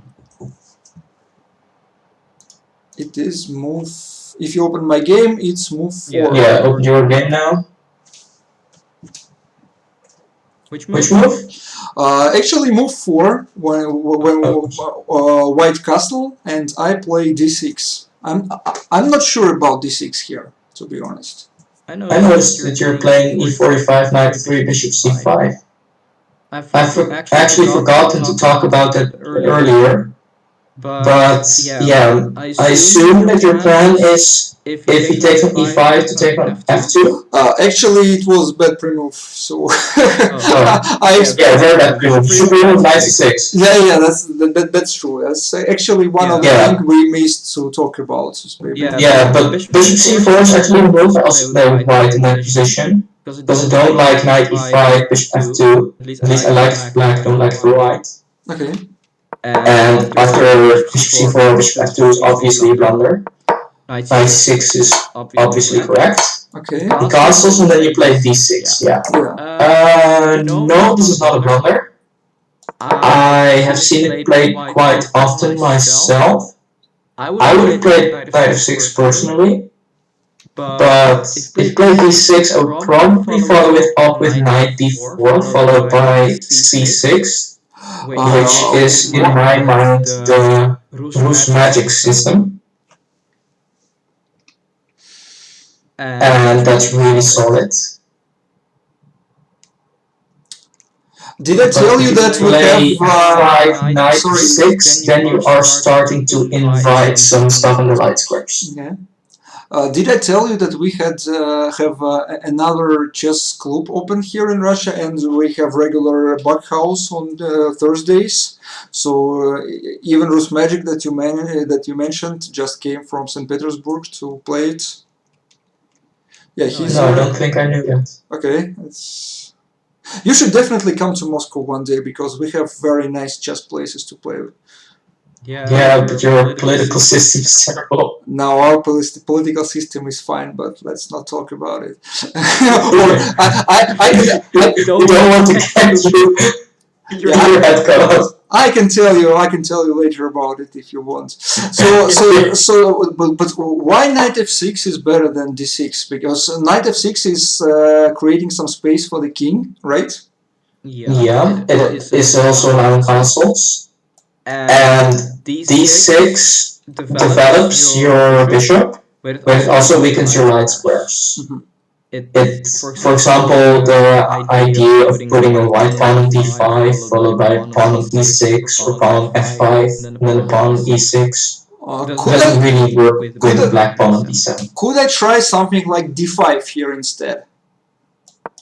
Intending to play h3, etc. d5 on instead of d6. Sorry? No. d5 instead of d6. No, definitely not. Yeah, d5 instead of why? So bishop takes. I drop on h. Let's say I drop on h3. So takes, knight g5. Yeah. Oh no, no! You can't play knight g5. Yeah, putting it on the board as well. So this. The only way you could really consider it is if you have queen in hand, because if you have queen in hand, then h3 is really, really valuable. But then the line would be d5, bishop takes d5, h3, and then bishop f7, which you have to ignore, king f8. That's the only line where I think it's viable. Okay.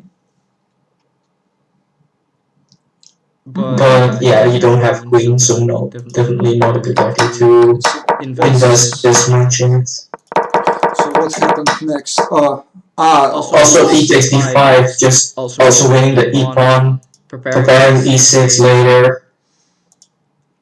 There's no reason to really lose 2 pawns on move 5. Okay, yeah, that makes sense. I just wanted to check if that's an option. Okay, so takes. He plays f5. I don't think if that f5 is a very good move here. Yeah, for white. At least it makes sense. It does prepare e6. It also blocks your c8 bishop in the diagonal. It doesn't cover h3 anymore. So yeah, it's really useful actually. I don't think I would have played it. I think I would prefer to put it on d5. Also preparing e6. In the meantime, attacking knight. But I also like f5. And then knight f6 is good. d3 is good. Knight f4 is iffy. I think I would just take it and play d4. But you can also just play knight c3. Or what he did was also good. Take it and go win. You play g3, which is definitely consistent with your knight f4 plan. And taking f2 is also correct. Taking h2 doesn't really do anything on move 9. But you see that you really need a lot of stuff to get you somewhere, whereas bishop f7 is probably always more dangerous than your attack. Yes, I was actually thinking about playing queen e7 for like 3 or 4 moves, but I decided to put more pieces on the board. I thought that knight might be helpful on h5 to attack and defend. And Mostly attack, yeah. Not sure how exactly, but it could be helpful. Yeah, f6 knight is defending some stuff here and there. h5 knight is just attacking. Makes sense to take on f4. And then knight e3 also. I like that you take on c4 because the bishop's really strong. Bishop f7 is a move that I would have played if I was white. Not sure exactly, but pretty much always probably. Yeah, you are turning this around. I think I don't see why you don't castle. For example, move 15 you can castle. Move 15, knight g5, castle. Although I believe at move 15 specifically I was asking for knight. No, it was later. It was like 3 or 4 moves later. Okay. No, it was here. Yeah, actually, I'm too scared to castle sometimes when I see so many pieces hanging over my king. Yeah, castling actually defends f7. Yeah, I was thinking about queen e7. Also viable. Okay. Yeah, I can respect queen e7 as well. Yeah, actually, I like this f5 idea. We didn't discuss it before, but I mean what he played on move 5. Yeah, this. Yes. Initially, I didn't like it. It's decent because you played d6 early. D6 says I want. Yeah, you're putting your pawns on the dark squares, so you're sacrificing some defense on the light squares. And f5 says I'm going to exploit that. Actually, any other piece on the 5 would be as good, like knight or bishop. No, maybe not bishop, but knight f5 looks good. Knight f5 is decent, yeah. Yeah. Okay, let's try 1 or 2 more, maybe. Yeah. Okay, I see.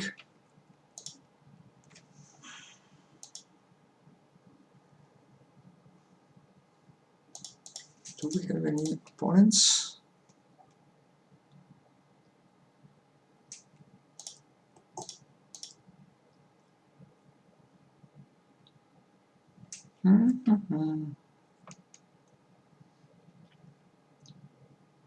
Okay, let's play this game and then I tell you my idea.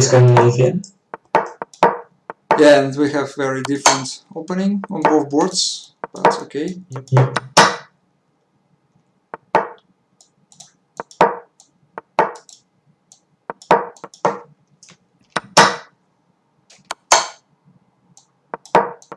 Pawn's nice. Or bishop.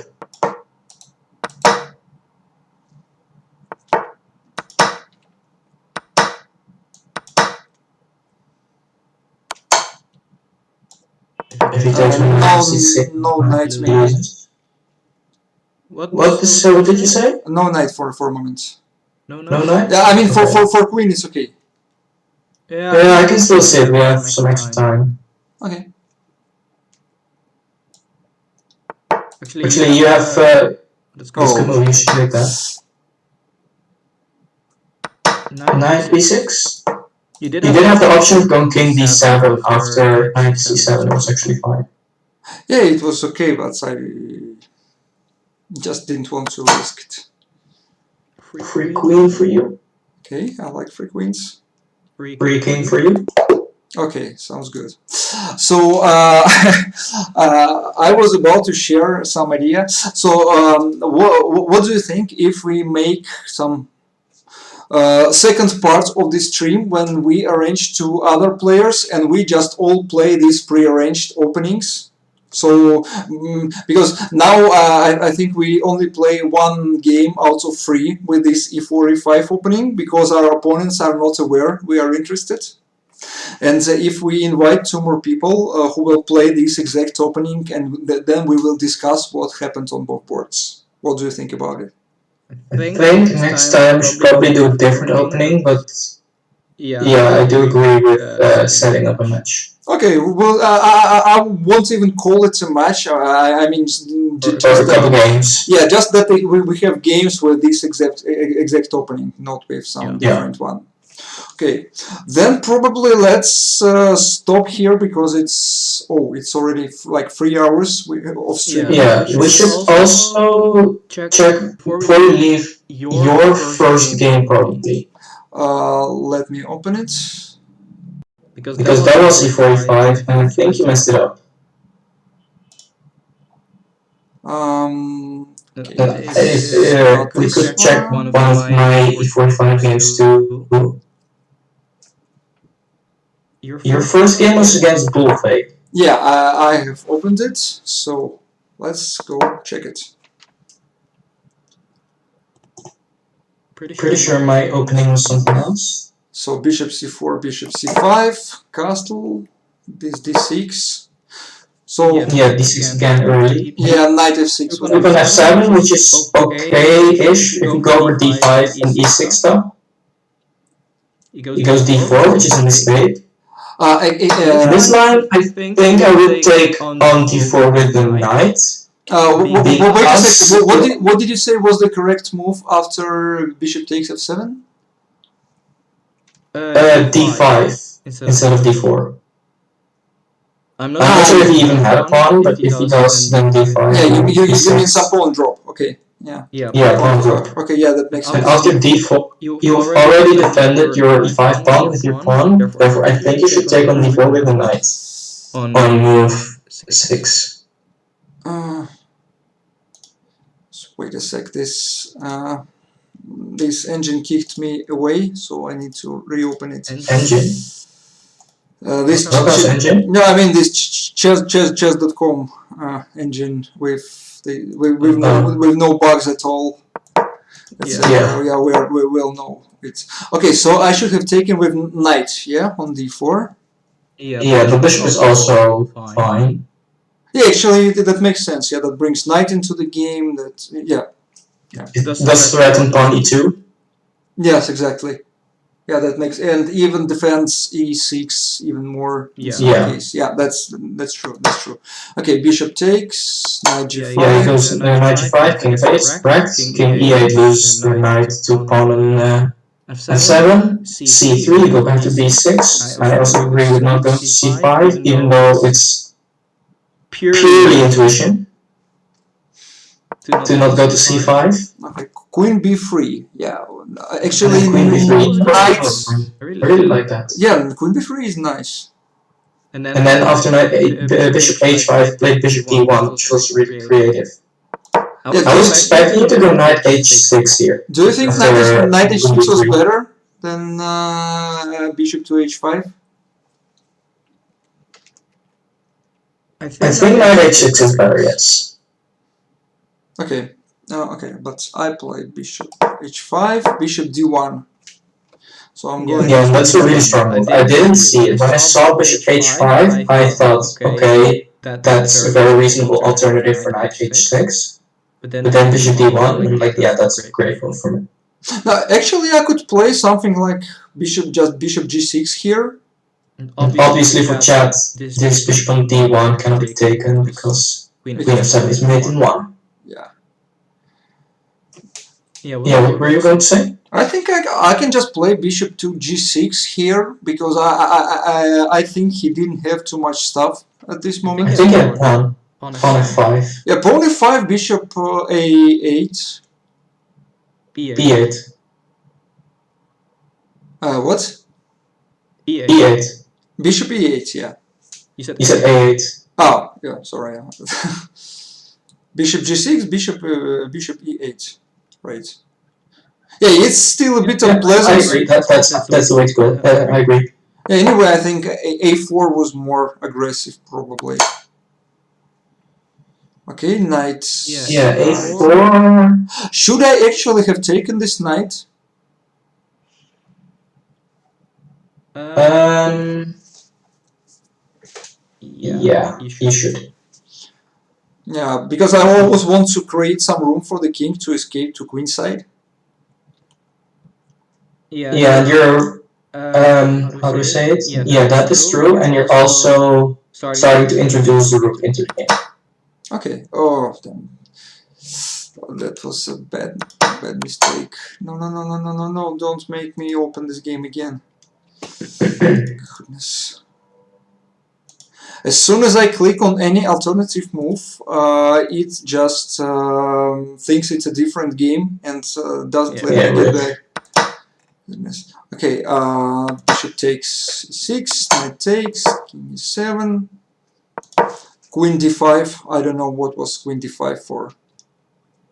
Queen d5 was to defend the knight. But okay. Yeah, okay, maybe, but I probably wouldn't even dare to take it, because if I took like pawn d5, bishop e6 is very unpleasant. Well, Well, imagine he takes on a4, then you take on e6. Yeah, I take e6, he goes something like even bishop takes h5. So I don't think that's an alternative. I don't think this knight is not in danger at all. Well, it is attacked, and the queen is attacked. The alternative is to either take on a4, which I think is a mistake, or to take on d8, which then you just take on b3 and you kill his attack. He just wins the bishop. Huh. He could actually even risk going something like knight takes g7 or knight takes queen. That's not a risk. Queen takes knight takes queen. Yeah, knight takes queen is just an exchange, but knight takes g7. But I like queen d5 as well, because what the queen d5 do is gives you the biggest opportunity to fuck it up. Okay. And I think you did it. I think it happened later. So I think bishop d1 is a mistake, which you played instantly. So I think you instantly fucked it up there. Okay, bishop d1. I don't remember exactly how many pieces he had and which ones, but I'm assuming queen d5, knight f6 is safe. Okay. Do you know, by the way, there is a service to review bughouse games on both boards, and when you see what pieces existed at what moment? I will send you a link. No, I'm not familiar with that. I will send you a link, so you just copy this game number from chess.com and you insert it in this URL, and you just can review the games normally. Are you using that right now? No, I'm not using it right now because I'm demonstrating my screen and I'm not going to to make a mess here. Probably next time. So e6. I don't know. I think after pawn e6 I was quite safe. But what do you think? Move 13, knight f6, right? Move 13. 13? Yeah. Instead of queen d5. Instead of takes d1. No, for you was black. On my move. Okay. Knight f6, knight f6, knight f6. Yeah, knight f6 is a solid move. It activates the rook. Gives you some space. I have no idea why I didn't play it. I assume because you didn't see it. So I think this move is quite obvious. I mean, even chess-wise. At first I was thinking bishop f7, which is a similar idea. Knight f6 is even better. Yeah, knight f6, bishop f7, everything is better than taking on d1. At least you were safe after it. Yeah, this, I don't know. Well, when I play with you, I start to feel a bit of greedy Dutchman, probably. Yeah, it's weird. On one hand, I'm often complaining that my teammates are not materialistic enough. And the other, at the same time, it's like over materialistic. I ask for a night, and people go out of their way to not lose their rook or queen or whatever, and by doing that, I don't get that night that I Okay. or yeah, stuff like that, or they don't get saved because they're really trying to not lose the piece. Okay. So And And then just thinking, well, priorities first, don't get mated. okay, that makes sense. Don't get mated is a main rule. It's preferable to Yeah. many pieces. I'm trying to figure out where did I lose this game because it looked so good at some point. Bishop takes f2, g takes, bishop takes. You said I You're missed. much further away, much further than I am already. Yeah, I'm on move to 25 right now because I think it's quite obvious what happened between. You So said I 19 and e3 instead of j3, by the way, which I think is better. e3. Oh, attacking the queen. Okay, yeah, that makes sense. Oh yeah, I thought rook h2 was early. I thought you should have done probably bishop f2 there. Bishop f2.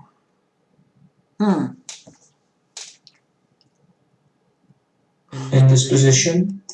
Or pawn takes f2. You're threatening rook h2 then, and there's also maybe some lines where you have rook g1 mate. Actually, I even like pawn takes f2 even more because I'm If you didn't have a knight, I would agree. Since you didn't have a knight, I disagree. Okay. Yeah, I mean, I can always play something like knight f6 to h5.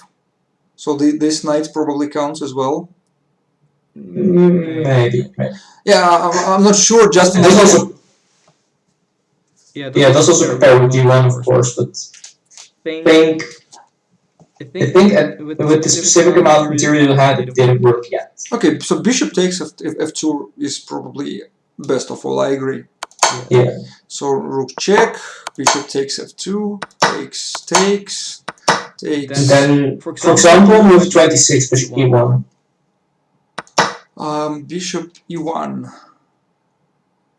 I even said it at the time, like bishop e1.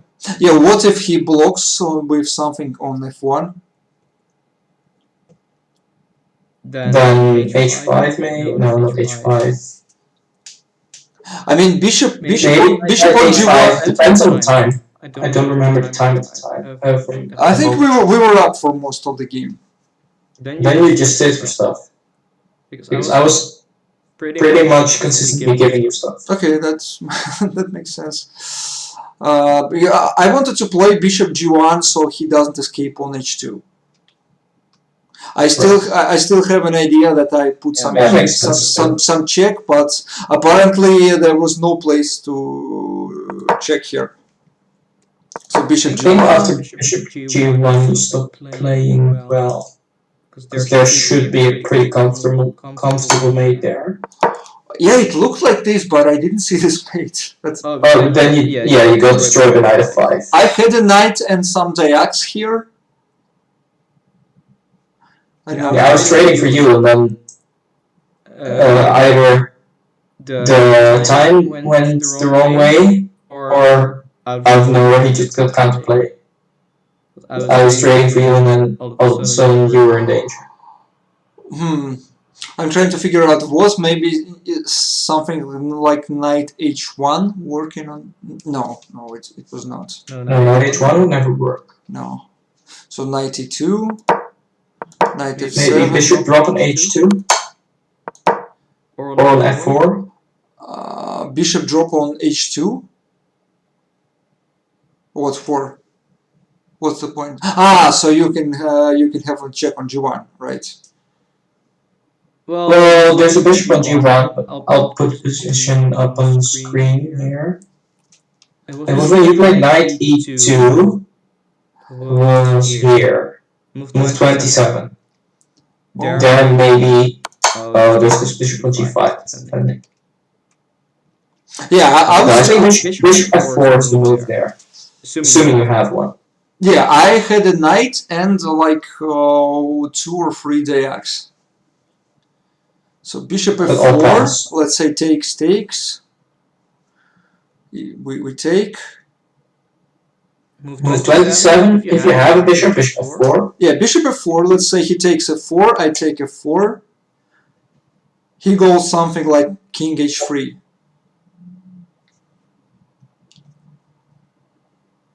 Knight g5. King h4.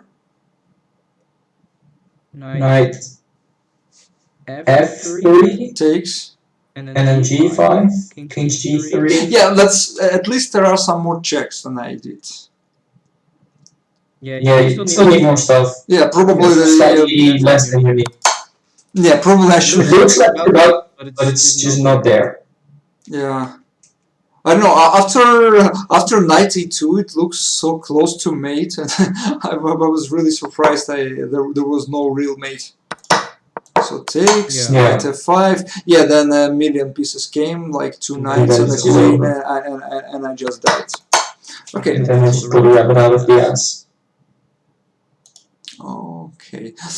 Magic it again. I think I learned a lot of things. Thank you so much for sharing your knowledge with me. I will try to play like e4, e5 against everyone in the next days, and then probably if we arrange another stream next time, I will tell you about my experience and what were my mistakes and what I don't understand. So Yeah, sounds good. yeah, I think it was fun. Thank you so much for joining. Yeah, Yeah, you're welcome. Yeah, and Thank you for keeping me for giving me a reason to stream again after 8 weeks of not streaming. Okay, I didn't stream for like a month or maybe more, so we both revived our streaming career. Yeah. Fun fact, I told some of my family about, or a big part of my family about streaming, and then I just did like 2 streams in 3 months. Okay, yeah, that happens. Okay. Yeah. And then I think now I'm not going to stream before Wednesday, and then maybe Wednesday I can start again. Okay, I will probably stream some other theoretical, I mean, some reviews of some openings. Probably we can do some different opening, or I can do it with some other partner. I don't know yet. This idea just came up. I wanted to learn more about this e4, e5 opening, and I know that you play it a lot. So I just thought that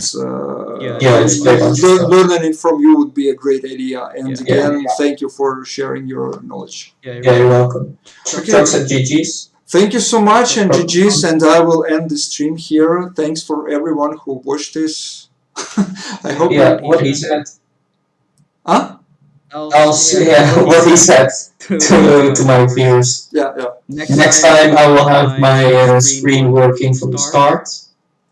And yeah, this was a bit of a weird setup because it was just not going to work with 2 people talking about 2 different boards. So I just decided to send people to your stream.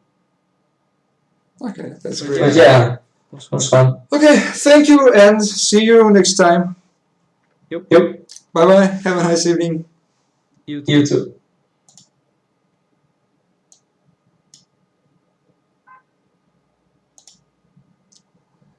You guys could both rate their agnes. Let's see. I can't unfortunately, because because of some technical difficulties, so I'll do it some different time. Thanks everyone for watching. Bye bye.